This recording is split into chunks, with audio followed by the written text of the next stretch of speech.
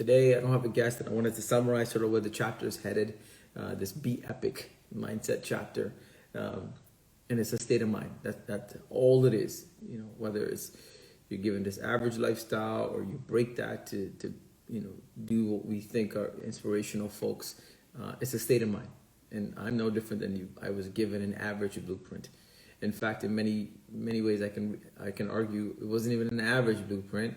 It was a survival blueprint. People just assume that I'm shitty at the things that they thought I was good at. And it's like asking a fish to climb the tree. Every time you gauge the effort and the awesomeness of a fish by its ability to climb a tree, you 100% will be disappointed. And if you transfer that disappointment onto the fish is now 100% traumatized. And that's literally my first half of my life. Things I was asked to do and be, I just wasn't, man. So I decided I'm going to follow my own path. And I didn't know how to go from survival mode to average or survival mode to epic, out of anger, out of frustration, whatever you think it was. And so it's a state of mind. You know, I told myself at a very young age that I'm going to try to live this big dream life, because I already know what it feels like to live this small survival life. So when I know that already, why would I want to be a little bit better than that? I want to be 100x, 1,000x better than that. State of mind. And when it becomes a state of mind, it becomes a conscious thought every single day. Decisions you make every single day, the choices you make every single day falls into a very strict format, because you're thinking about this big scary dream that you want to achieve, right? And it's the conscious living. Those of us that know that word, conscious choice making, conscious decisions, conscious living by design is how you take accountable for everything that happens to you. It's exactly how you take accountability for everything that happens to you. It's not it happened to me or somebody else's issue or somebody else's problem. It is a reaction to every decision you're consciously making, because that's the decision you want to make. It's not an accident that you stay away from clubs when your homies are there. It's not, accident that you're spending 3 more hours on self-growth every weekend than somebody else. A lot of things you do becomes conscious living. But in order to get into that mindset of an epic life with rules that are designed from a position of consciousness, you need to have a dream that's big enough, an epic life that is huge in your head. And the formula for me is combining being scary and being inspired. Because if you're only inspired, it's too fluffy. Inspiration goes away eventually, right? And if you operate from a position of fear, it's not sustainable. You burn out. So you got to combine the two into the formula to go, hey, my goal to build a company or become a CEO or start my own restaurant or become a painter or becoming an entrepreneur. It's scary enough, but it's so inspiring enough that I'm ready to make some conscious decisions to live an epic life. And when you put the scary hat on, it forces you to realize it's going to take a lot of work. There's no easy formula to live your dream life. Period. It is hard work. It's repetitive work. It's sacrifices. There's a ton of discomfort. You're literally bursting out of your previous version into a new version by design. So you have to get ready.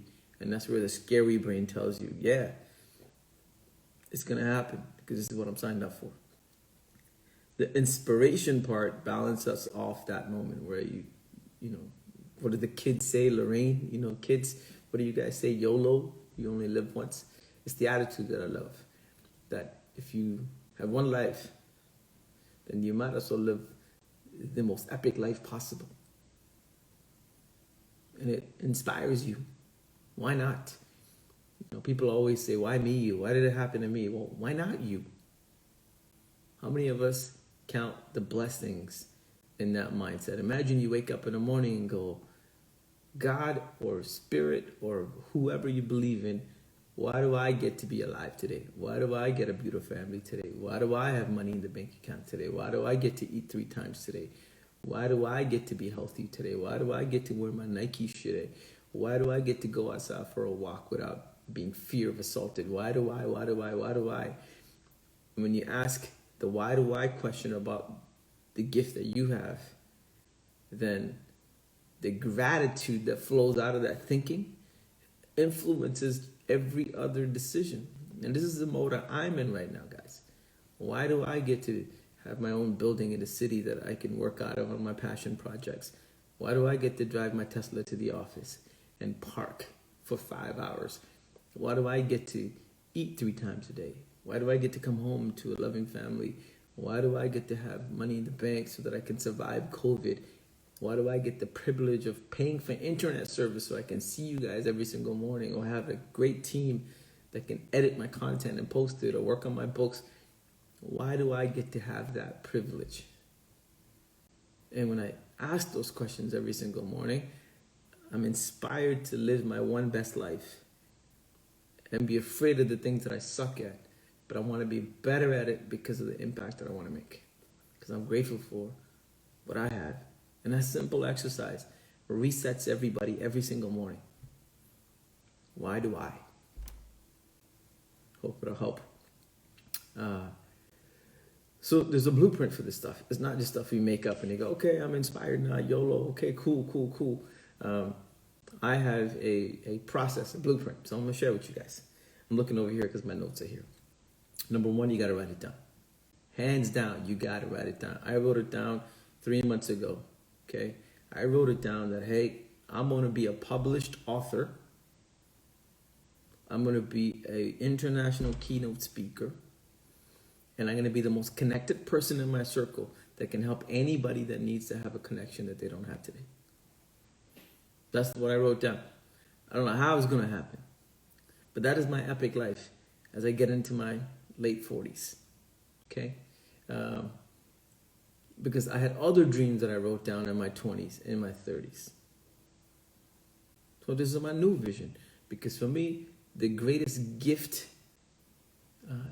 is the ability to help another person get past their hurdle. In order to do that, I need to be able to influence people. And to create influence, I need to create a brand. And to create the brand, I need to share my story. And that's what this is about. So if you resonate with the book, we will connect. And if we connect, I get to go speak about it. And the more I speak about it, the more people can hear a blueprint that might be missing. And if those 2 things happen, I become the center of a connected network.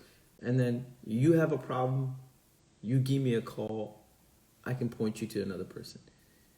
That is what is important to me for the next position of my life. So I wrote that down. I said, this is what I want to be. I want to be a keynote speaker. I want to be an author, maybe, hopefully, God willing, best-selling author. Did you guys know at Amazon that on the day you release a book, if 250 people buy a book, you become an international or Amazon bestseller? That is crazy. 250 people buying a book, the day it releases, you become an Amazon bestseller for the day. And then people take it and blast it. So I'm hoping 250 of you watching or listening will want to help me buy a book. Or I'll buy it and I give it to you. So write it down. And then the second step is to analyze those goals, man. You literally need to understand your gaps, okay? And I'll be straight up. I am nervous of reading, okay? And let me explain what that means. I love grabbing a mic and spitballing, which is a defense mechanics to me not knowing how to read for so long. And I'm not dyslexic, but I have a fear of words because I can't connect them in my head all the time.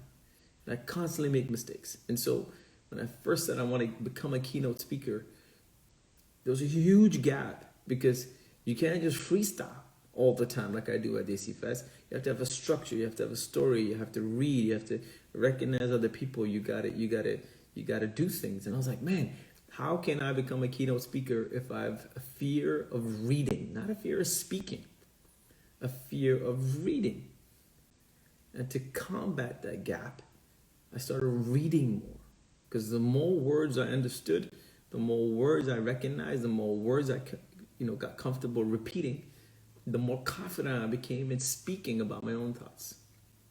And so once you write down what you want to do, you got to do the next step, which is analyze your gaps.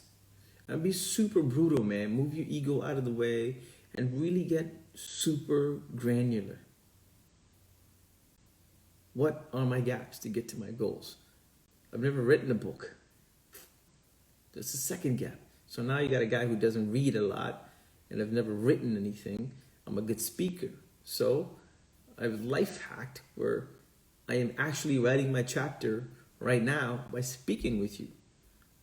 I got my notes over there that I handwritten. So I'm reading my notes and I'm sharing my knowledge, and this video becomes my chapter because I can't write it out of me. I can't type it out of me. I can speak it out of me. So here's how I've analyzed my gaps. And I still want to get to my goal of being an author or a public speaker or whatever it is. So my gaps allowed me to figure out what's the best way to get to the next level. And then number 3, this is like the main reason I go on social media. Lookalike stalking. Okay? Means you find people that are in the space that you're in or better than you, and you stalk them. You literally stalk them. You watch their posts, you watch their content, you watch their commenting, you watch their style. Because the thing that our brain does really well is once it knows what you want to do, and then it can visualize who you want to become, it works with you, man. But you can't do that by just dreaming about it, right? It's the same thing I tell people. Before you get to $1 million, you got to get to your first $10 and then $100 and $1,000. Because as you visualize money, your brain recognizes how to go get it. So many people refuse to look at their bank account balance, okay? Something as simple as like going to the bank, taking out your $20, so looking at your balance, a number creates a ripple effect of what it means to have money in your life. And so for me, it's creating these lookalike stories. I look for these people that are ahead of me and I stalk them. I look at their life. I look at their style. I look at where they speak, the books that they're reading. And it forces my brain to think that is a possible reality for where I'm headed. And it's totally fine. And if you find the right people that are authentic, that are not flossing it, that are not doing the Lambo bottle service on Instagram, because then your goal becomes more actual, right? So lookalike. I don't care if you're in music, if you're an entrepreneur, if you're a startup, if you're a dad looking for motivation, if you're a mom looking for motivation, you're a first-time founder, I don't care. Find a few lookalikes and then focus on absorbing that so your brain understands this is where you're headed. By brute force. I don't care what you say, brain. I'm not going to be average. I'm not going to work out of a position of survival. I'm headed over here whether you like it or not. And it's in your best interest, my brain, to come along for the ride. And then it gets to work. And in doing all of this, the thing that we miss out in this show is called Making Money Moves. You have to understand your pennies. You have to understand your pennies. So many of us are financially illiterate. And I say that out of respect, okay? Because we're not taught financial literacy. We're taught money. And money is not the same as financial literacy. Okay? Just like you can go lift weights, but it doesn't mean you're healthy. Massive difference. So this is a challenge that I do once every 6 months. Guaranteed I do it, okay? I take a month, and for every single day, I document every penny that I spend. From parking to food to splurging to rent to internet to kid stuff to my own toys to gas to whatever. If a penny leaves my bank account, I make a note of it. In the beginning, it was hard because you don't have the same discipline. So I would do it for 3 days, and then 5 days, and then 7 days, and then 10 days. And over time, I became much more disciplined. And now with your fancy cell phones, you can literally document everything you do. And if most of you, like me, are not using cash, then every tap gets recorded so you can start to pay attention. But you need to do that 30-day challenge if you don't know your pennies and really understand, where does your money go? What are you spending on? What are you not spending on? And the reason I'm saying this, not from hey guys, I'm a financial investor. Please call me. My number is 1-800-SATS-B Primerica. I'm telling you this because I want you to know that for you to focus on your epic life, you need a basis of a financial literacy and a plan. Because there's going to be some scary moments. There's going to be some over-investment you got to do in your life. There's going to be moments where you have to not spend and sacrifice. But to do that, you need to have that framework, right? I told you guys a couple of days ago on a different conversation that I have found the discipline to put aside at least 12 months of rainy day money. So if tomorrow something happens and I can't make $1 for another 12 months, I'm protected. But to do that, I had to sacrifice a ton of stuff to be able to put myself in a position to do that. And I'm also confident enough that I don't care if I have to work at McDonald's or get a job somewhere, do whatever I got to do, that I will attract money. And in 12 months, I will find a way to make money. But that window gives me a chance to be epic and think epic and take risks. So if you don't have that rainy day fund, start to think about how to set it up. And it takes a bit of time, a lot of discipline and sacrifice, but it's possible, okay? And they don't teach us this. So this is what I do with my money. Every dollar gets divided by 4. I have my cost of living. I have my cost to grow, because it is costly to grow as a human being. You have to invest in yourself. I have my celebration day fund, and I have my rainy day fund. And depending on sort of what your income status is and where you make your money and how you make your money, for most people, this is a 70-10-10-10, meaning 70% of your money goes into cost of living, 10% of your money goes into cost of growth, 10% goes into your rainy day fund, and 10% goes into your celebration fund.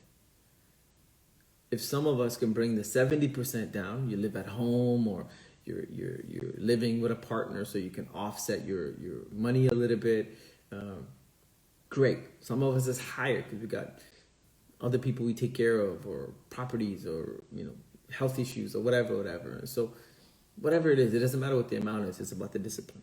So 70% goes into your cost of living that you're constantly trying to push down. You got at least 10% going into your cost of growth. And this is the stuff that is super important. This is an online course that you're going to take and spend some money on. This is education money. This is a seminar money. This is a coach money that you want to pay for. This is the money you're going to pay to grow. And know that there's a cost to growth. And most of us don't invest in self-growth because we don't think that self-growth has a cost. It doesn't just happen. You got to spend some time and money to get out of the shell and become somebody different, to live your epic life. And so there's a cost to it. So you might as well start to plan for it. Okay? And then the next is a celebration. So in order for you to build this life that you want to live, you're going to be doing a ton of sacrifices. You're going to be saying no to parties. You're going to be studying late. You're going to be focused on, you. But you have to also balance in other people into your life, social outings and things like that. And so your celebration fund is where you spend that money. But the best part is, since you know what you're putting in there, you know what you can spend. Don't plan a Vegas trip when you don't have the money in that bank. Don't plan a bottle service night out if you can't put that money in that bank. You adjust how you celebrate based on what you are doing. When I started my first company and I got kicked out of my house, I'm living in a apartment, a retirement home apartment, okay? I don't know how they let me in, but God bless them, they let me in. It's right at the corner of Don Mills and Lawrence. If anybody drives by it, it's crazy ghetto. The whole building is lit like this white shining light. It's like it's the last stop before you go to heaven, kind of a friggin' condo or apartment. And rent was $1,700 a month. Car payment was another $500, and gas and insurance took me to another thousand bucks, let's say. So I'm in the hole for 2,700. I made $3,000. $3,000 a month for the first year I started my business. It was about 40 grand for the year, 50 grand for the year minus taxes. And I ate ramen noodles every single day. Every single day for 12 months, I ate ramen noodles 3 times a day. It was 33 cents a packet. I had to put the money aside to invest in my company, invest in myself. And I needed to figure out how to eat less and go. And I learned how to smooch off people, man.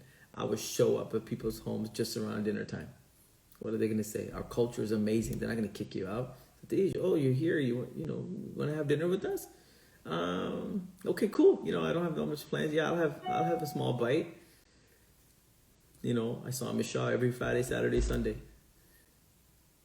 More than going out, I love staying in with her because her parents were cool, so I can eat. And I'm forever grateful for them for feeding me those early years, even though they didn't know they were actually feeding me.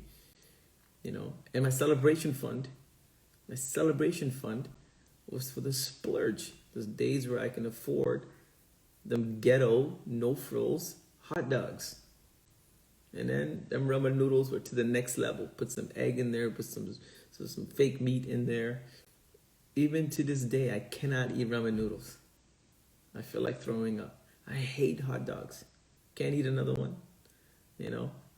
But that was what I knew I had to do to get to the next level.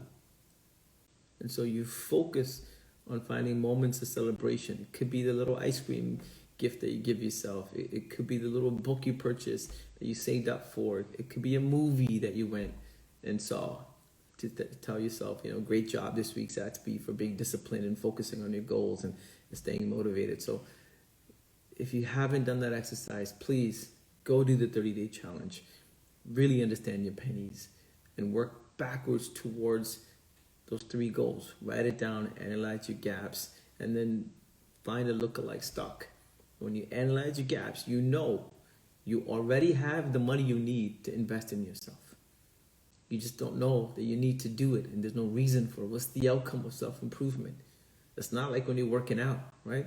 It's not like you're working out and you can see muscles and you can see your body changing. How do you notice self-improvement? But you don't notice it when you don't have a big enough epic demand about yourself.